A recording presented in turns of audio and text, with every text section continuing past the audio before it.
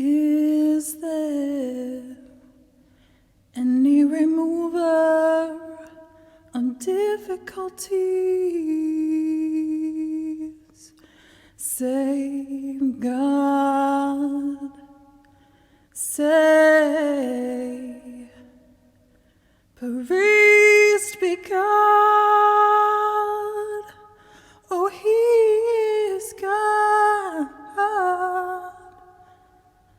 All are His servants, and all abide by His bidding. Is there any remover of difficulties? Save God, say, praise be God, oh, He is God.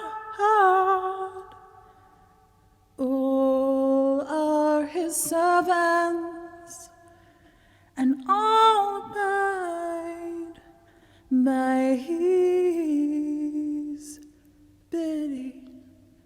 Is there any remover of difficulties? Save God, say, praise be God, oh, He is God. All are His servants, and all abide by His bidding. Is there any remover of difficulties? Save God, say, praise be God, oh, He is God. All are His servants, and all abide by His bidding.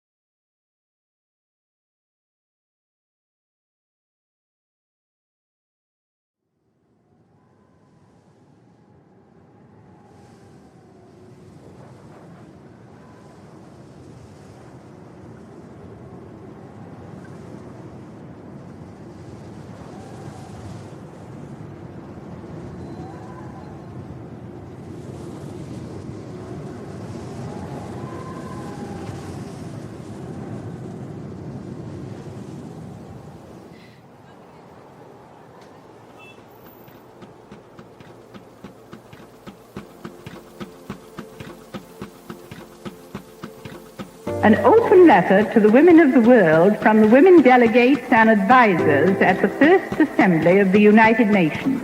We call on the governments of the world to encourage women everywhere to take a more active part in national and international affairs. This Universal Declaration of Human Rights may well become the international Magna Carta of all men everywhere. We have learned valuable lessons in the past 5 years. The attitudinal prejudices which stand in the way of women's advancement are held by women as well as by men. Time is short for us to rectify the present unsustainable patterns. We must achieve greater equality. We have proposed an Equal Rights Amendment. Those delegations who are in favor of Draft Resolution 1, entitled The Role of Women in the Preparation of Societies for Life and Peace, raise their hands, please. The women's movement is about changes in a society, about changes that are global. We want this to be remembered as a conference of women, by women, and for women. I declare open the 41st session of the Commission on the Status of Women. We have to give real meaning to the ideals of women's equality. This has been a century of women's emancipation. Beijing was something we all shared. Today, we all own the great responsibility of implementing the platform for action. The first 63 years have been momentous. Today, let us be clear about what needs to change.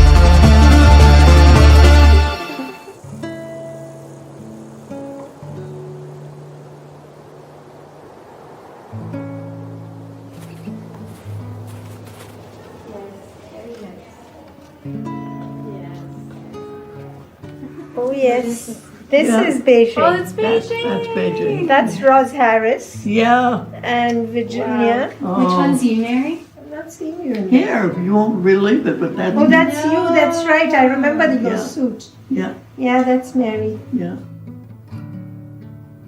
That's right. Oh my gosh. There's a long history of the Baha'i international community with the United Nations. And for a long time, it was one person who carried the burden, or however you want to look at it, and that was Mildred Mataheta. And she certainly was a mentor out there for all of us on the international level. That period of time was ending just as I came in, really. So Mary will remember that when I came to the UN and she was the representative, we used to have many different agencies at the UN that were responsible for gender equality. It was all over the place and there was no unity. When the Commission on the Status of Women was meeting, it so happened that I was the chair of the NGO Committee on the Status of Women. Just like Mary had been 10 years before that. And so we decided to send a letter to the Secretary General Kofi Annan. And finally, in 2010, a resolution was passed that created UN Women. That's so nice, because also 25 years after Beijing, now at the United Nations, they're thinking about all of the different ways of advancing this. So they're working at the grassroots level, they're also working at the national level with their governments, they're here at the international level. And we see that gender equality today is very much at the forefront of the public mind. And what's really nice is that young people are thinking about all of the different ways of advancing this. And we're seeing that happen around the world, which is really exciting.